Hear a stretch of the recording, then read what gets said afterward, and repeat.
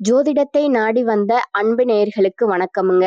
எத்தனையோ வீடியோ பார்த்தாலும் இந்த ஒரு வீடியோ உண்மையா கஷ்டப்படுற உங்க வாழ்க்கைய மாற்றப் போகுதுங்க. அப்படி என்ன இந்த வீடியோல இருக்குன்னு தெரிஞ்சுக்கிறதுக்கு முன்னாடி நம்ம சேனலை முதல் முறையா பார்க்குறவங்களா இருந்தா சப்ஸ்கிரைப் பண்ணிக்கோங்க. பெல் பட்டனையும் கொடுத்து ஆல் அப்படிங்கிற ஆப்ஷனை சூஸ் பண்ணி வச்சுக்கோங்க. அப்பதான் நாங்க போடுற ஒவ்வொரு பதிவும் உங்ககிட்ட வந்து சேருமுங்க. எப்பவுமே ஒரு நல்ல விஷயத்தை தொடங்குவதற்கு முன்னாடி எம்பெருமான் முருகனை மனதார வேண்டிக்கோங்க. நீங்களும் நான் சொல்ற மந்திரத்தை சொல்லிக்கிட்டு கமெண்ட் பாக்ஸ்ல ஒரு கமெண்ட் பண்ணிடுங்க. ஓம் முருகா சரணம், ஓம் முருகா சரணம், ஓம் முருகா சரணம். வணக்கமுங்க. உங்களை விட்டு நீங்கும் உறவு 100% துல்லியமான கணிப்பு. ரிஷபராசிக்கு அப்படின்னு இந்த தலைப்பை பார்த்த உடனே ரிஷபராசிக்காரர்களோட மனசுல ஒரு சின்ன பயமும் ஒரு பெரிய ஆவலும் ஒரே நேரத்துல கிளம்புங்க. யார் அது, என்ன உறவு, நம்ம வாழ்க்கையில இவ்வளவு நாள் இருந்தவன் தானா அல்லது சமீபமா நெருக்கமானவனா அப்படின்னு பல கேள்விகள் ஒரே நேரத்துல ஓட ஆரம்பிக்குங்க. உண்மையா சொல்லணும்னா இந்த 2026 வருஷம் ரிஷபராசிக்காரர்களுக்கு சாதாரண வருஷம் கிடையாதுங்க. இது ஒரு கிளியரிங் வருஷம், ஒரு ஃபில்டர் வருஷம், ஒரு உண்மை முகங்களை வெளிக்கொண்டு வர வருஷம்ங்க. இதுவரைக்கும் நீங்க உறவுன்னு நினைச்சு சுமந்துக்கிட்டு வந்த பல விஷயங்கள் உண்மையில் உறவா இல்லை, அது உங்களோட பழக்கம், பழைய பயம், தனிமையை தாங்க முடியாத மனநிலை, அல்லது இவங்க இல்லாமல் நான் எப்படி இருப்பேன் அப்படிங்கிற ஒரு அடிமைத்தனம் தாங்க. பொங்கலுக்கு பிறகு அந்த எல்லா கண்ணாடிகளையும் உடைக்க ஆரம்பிக்குங்க. நீங்க யாருன்னு இந்த வருஷம் உங்களுக்கு நீங்களே புதுசா புரிஞ்சுக்க ஆரம்பிப்பீங்க. நான் எல்லாருக்குமே நல்லது பண்ணிக்கிட்டே இருந்தேன், ஆனா எனக்கு மட்டும் ஏன் யாரும் நிக்கல, நான் மட்டும் ஏன் எல்லா விஷயத்திலையும் அட்ஜஸ்ட் பண்ணிக்கிட்டே இருக்கேன், என் வழியை ஏன் யாரும் பெருசா எடுத்துக்கல அப்படிங்கிற கேள்விகள் மனசுக்குள்ள பலமா எழுமுங்க. அந்த கேள்விகள் தான் இந்த வருஷத்தோட ஆரம்ப புள்ளி. இதுவரைக்கும் உங்களோட அமைதியை கெடுக்கிற, உங்களோட முன்னேற்றத்தை மெதுவாக்குற, உங்களோட அன்பை ஒரு வசதியா பயன்படுத்திக்கிட்டே இருந்த சில உறவுகள் பற்றி நீங்க மௌனமா இருந்தீங்க. ஆனா பொங்கலுக்கு பிறகு அந்த மௌனம் நீளாதுங்க. நீங்க பேச ஆரம்பிப்பீங்க, இல்லைன்னா பேசாம விலக ஆரம்பிப்பீங்க. ரெண்டுமே நடக்குமுங்க.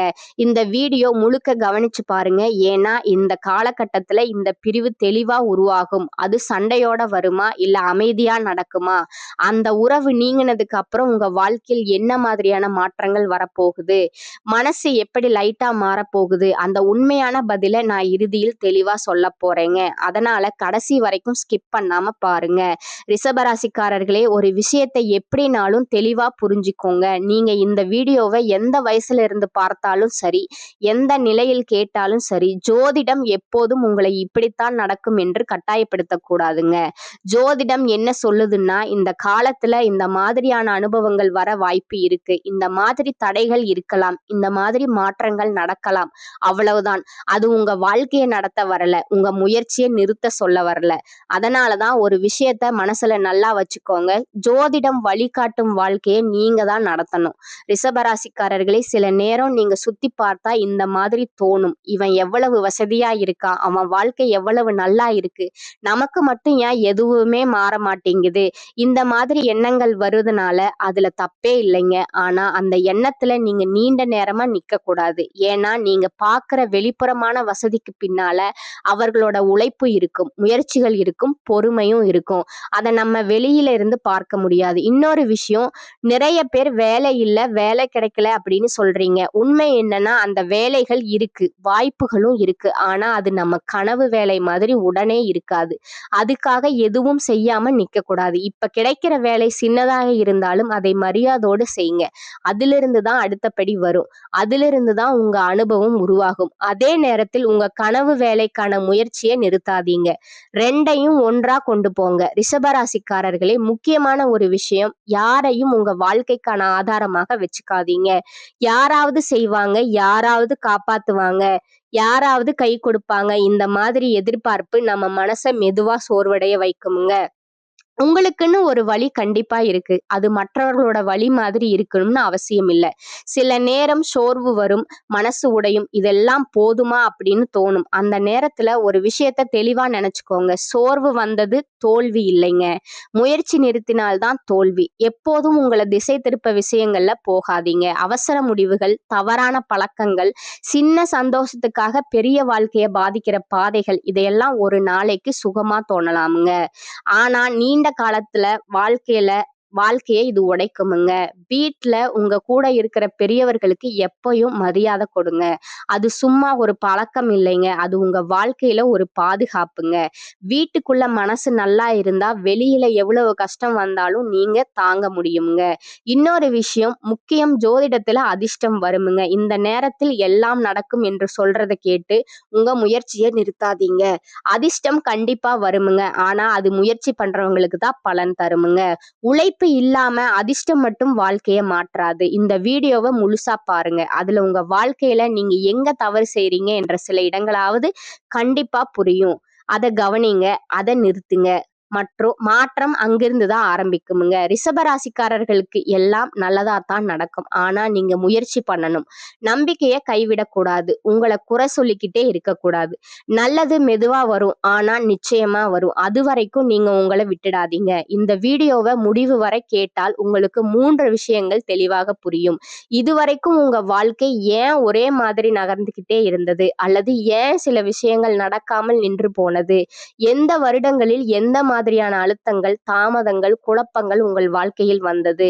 பொங்கலுக்கு பிறகு நீங்க எதை தொடரணும், எதை நிறுத்தணும், எந்த விஷயங்களை இனி முக்கியமா எடுத்துக்கணும், எதை இனி உங்க வாழ்க்கையில இடம் கொடுக்க கூடாது? இதையெல்லாம் பயம் காட்டாம, அதிரடி வாக்குறுதி இல்லாம உண்மையா ஒவ்வொரு கட்டமா புரிய வைக்கத்தான் இந்த வீடியோ. இது ஒரு சாதாரண ராசி பலன் இல்லைங்க. ஒரு நாளுக்கான கணிப்பும் இல்லைங்க. இது உங்க வாழ்க்கைய பின்னாடி இருந்து பார்த்து அப்படியே அதனாலதான் நின்னுது என்று புரிய வைக்கிற ஒரு விளக்கமுங்க. இந்த இடத்துல இருந்து ஒரு விஷயம் மனசுல வைங்க. இந்த வீடியோ உங்களை குறை சொல்ல வரலங்க. உங்க குணத்தை மாத்த வரலங்க. உங்க வாழ்க்கை இதுவரை எப்படி அந்த நிலையில் இருந்தது, அதுக்கான காரணத்தை தெளிவா காட்ட வருதுங்க. இதுவரைக்கும் உங்க வாழ்க்கை பெருசா உடைஞ்சு போகல. அதே நேரம் பெருசா திடீர்னு உயரவும் இல்லைங்க. இந்த நடுவுல நின்னுப்போம்ங்கிற உணர்வே உங்களை அதிகமா சோர்வடைய வச்சிருக்குமுங்க.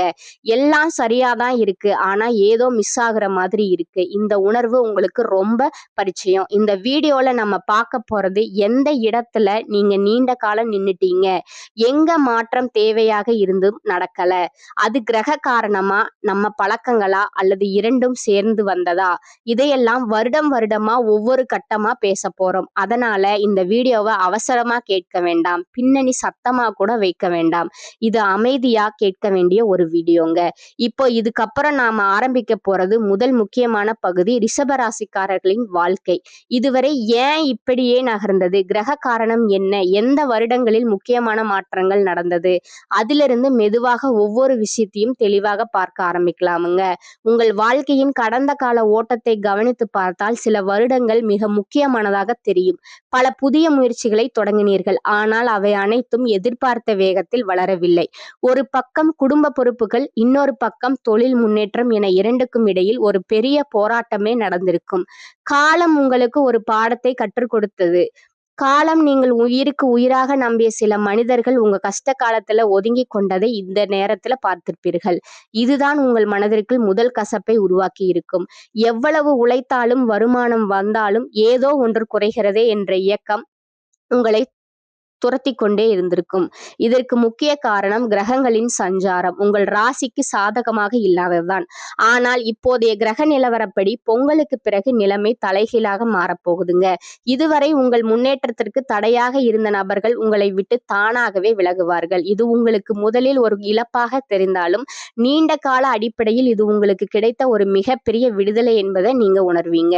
பொங்கலுக்கு பிறகு நீங்கள் எடுக்க போகும் முடிவுகள் ஒவ்வொன்றும் மிக தெளிவாக இருக்குமுங்க. இதுவரை மற்றவர்களுக்காக வாழ்ந்த நீங்கள் இனி உங்களுக்காக வாழத் தொடங்குவீங்க. தேவையற்ற உறவுகளை துண்டிப்பதன் மூலம் உங்கள் மனபாரம் குறையும். உங்கள் ராசி அதிபதி சுக்கிரன் வலுப்பெறுவதால் பொருளாதார ரீதியாக ஒரு பெரிய முன்னேற்றம் காத்திருக்கிறது. வேலையில் இதுவரை இருந்த நெருக்கடிகள் குறையும். உங்களை மதிக்காத இடத்தில் இனி நீங்கள் ஒரு நிமிடம் கூட இருக்க மாட்டீர்கள். இந்த தெளிவுதான் 2026 வருடம் உங்களுக்கு கொடுக்க போகும் மிகப்பெரிய பரிசுங்க. பொங்கலுக்கு பிறகு உங்களை விட்டு எந்த மாதிரியான உறவு நீங்கும் என்பதை இப்பொழுது மிக தெளிவாக பார்ப்போம். உண்மையில் உங்களை விட்டு போக போவது ஒரு நபர் மட்டுமல்ல, ஒரு குறிப்பிட்ட குணாதிசயம் கொண்ட உறவுதான் உங்களை விட்டு விலக போகிறதுங்க. இதுவரை உங்க வாழ்க்கையில் அன்பு என்ற பெயரிலும் நட்பு என்ற பெயரிலும் உங்களை சுரண்டி கொண்டிருந்த ஒரு உறவுதான் அது. நீங்க எப்போதுமே கொடுத்து கொண்டே இருக்க வேண்டும். ஆனா உங்களுக்கு ஒரு தேவை என்று வரும்போது மட்டும் காணாமல் போய்விடுவார்களே, அந்த உறவு தான் பொங்கலுக்கு பிறகு உங்களை விட்டு நிரந்தரமா நீங்க போகுதுங்க. குறிப்பா உங்கள் முன்னேற்றத்தை தங்களுக்கு சாதகமாக பயன்படுத்தி கொண்டு உங்கள் முகத்திற்கு முன்னால் புகழ்வதும் முதுகுக்கு பின்னால் உங்கள் வளர்ச்சியை பார்த்து பொறாமைப்படுவதுமாக இருந்த ஒரு உறவு இப்பொழுது வெளிச்சத்திற்கு வருமுங்க. இது உங்கள் நெருங்கிய நட்பு வட்டாரத்தில் இருப்பவராக இருக்கலாம் அல்லது உறவினர் முறையில் இருப்பவராக இருக்கலாம். இதுவரை அவர்களின் உண்மையான முகம் தெரியாமல் நீங்கள் அவர்களுக்கு பல உதவிகளை செய்திருப்பீர்கள். ஆனால் பொங்கலுக்கு பிறகு நடக்கும் ஒரு சில சம்பவங்கள் அவர்களின் சுயரூபத்தை உங்களுக்கு காட்டிவிடும். அடுத்ததாக உங்களை எப்போதுமே ஒரு குற்ற உணர்விலேயே வைத்திருக்க முயற்சிக்கும் உறவுகள் நீங்க போகுதுங்க. நீ இதை செய்யவில்லை, அதை செய்யவில்லை என்று உங்கள் குறைகளை மட்டுமே சுட்டிக்காட்டி உங்கள் தன்னம்பிக்கையை சிதைக்கும் உறவுகள் உங்களை விட்டு விலகுமுங்க. இது ஒரு வகையில் உங்களுக்கு கிடைக்கப் போகும் மிகப்பெரிய நிம்மதி. இந்த உறவு விலகும் போது ஆரம்பத்தில் உங்களுக்கு ஒரு ஏமாற்றமோ அல்லது வருத்தமோ இருக்கலாம். ஆனால் அவர்கள் விலகிய பிறகுதான் உங்கள் வாழ்க்கையில் ஒரு தெளிவும் வேலையில் ஒரு வேகமும் கிடைப்பதை நீங்க உணர்வீர்கள்.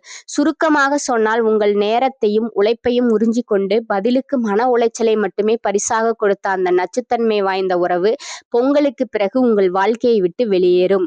அதன் பிறகு உங்கள் மனசு ஒரு பாரம் குறைந்த இறகு போல லேசாவதை நீங்கள் காண்பீர்கள். இது உங்கள் வளர்ச்சிக்கு கடவுள் கொடுத்த ஒரு வாய்ப்பாகவே அமையும். இதற்கு மேல் அந்த உறவை தக்க வைக்க நீங்கள் முயற்சி செய்ய வேண்டாம். போகிறவர்கள் போகட்டும் என்று விட்டுவிடுங்கள். அவர்கள் போனால்தான் உங்கள் வாழ்க்கையில் புதிய மற்றும் உண்மையான உறவுகளுக்கான கதவு திறக்கும். ரிஷபராசிக்காரர்களே, பொங்கலுக்கு பிறகு உங்கள் வாழ்க்கையில் நடக்கப் போகும் மற்றும் ஒரு முக்கியமான மாற்றம் என்னவென்றால் உங்கள் நீண்ட கால திட்டங்கள் மற்றும் சொத்து தொடர்பான விஷயங்களில் இருக்கும் சிக்கல்கள் விலகத் தொடங்குங்க.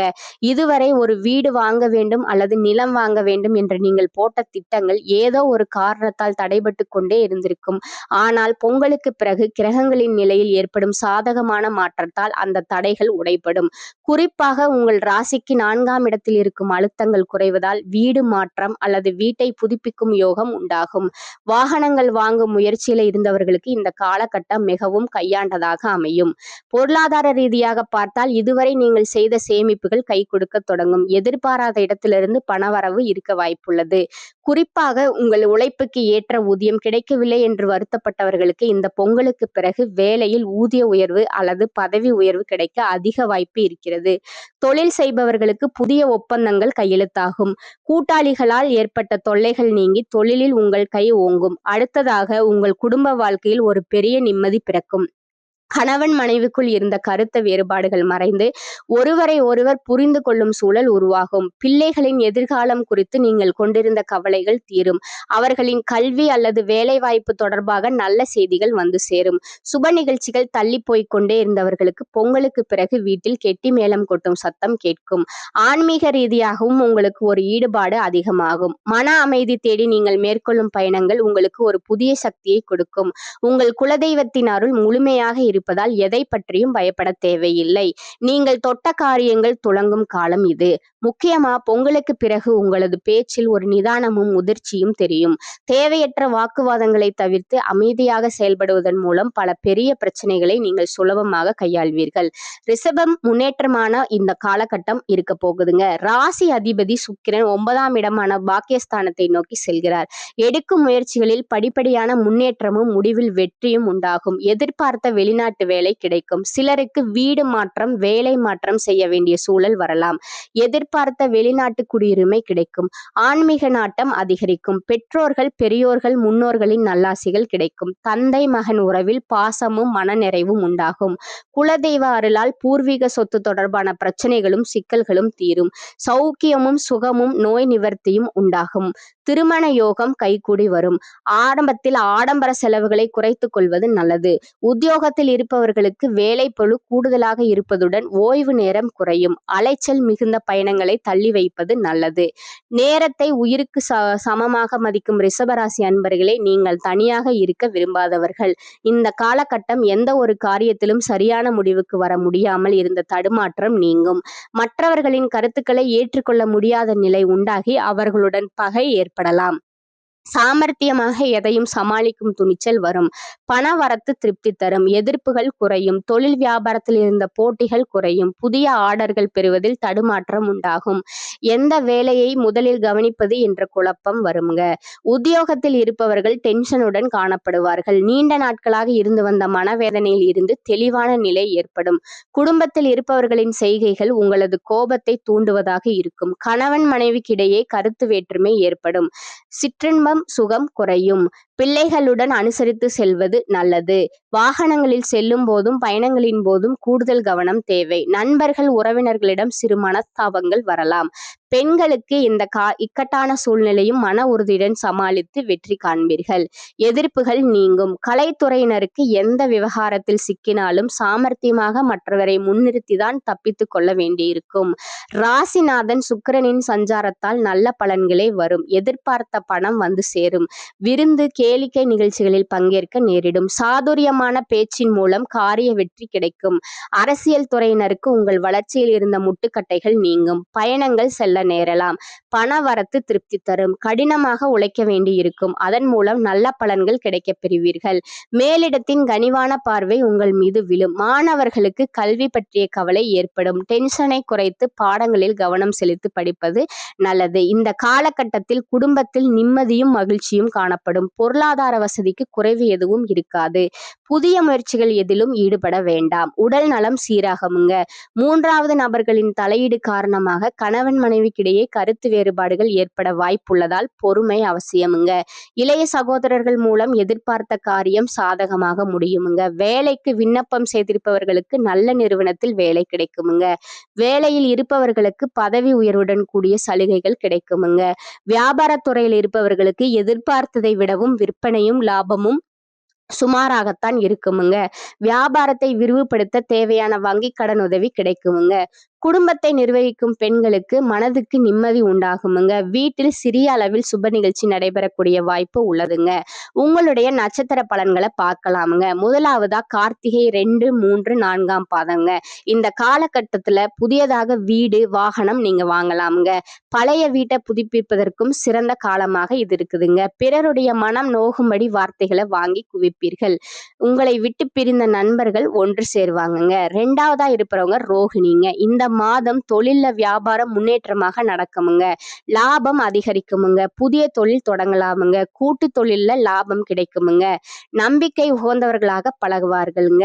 வரவுக்கு தகுந்த செலவை ஏற்படுத்திக் கொள்ளுங்கள். வரி செலுத்துவதில் முறைகளை பின்பற்றுங்கள். வேலையாட்கள் சில பிரச்சனைகளை ஏற்படுத்தலாமுங்க. 3ஆவதா இருப்பது மிருகசீரிஷம் 1 மற்றும் 2ஆம் பாதங்க.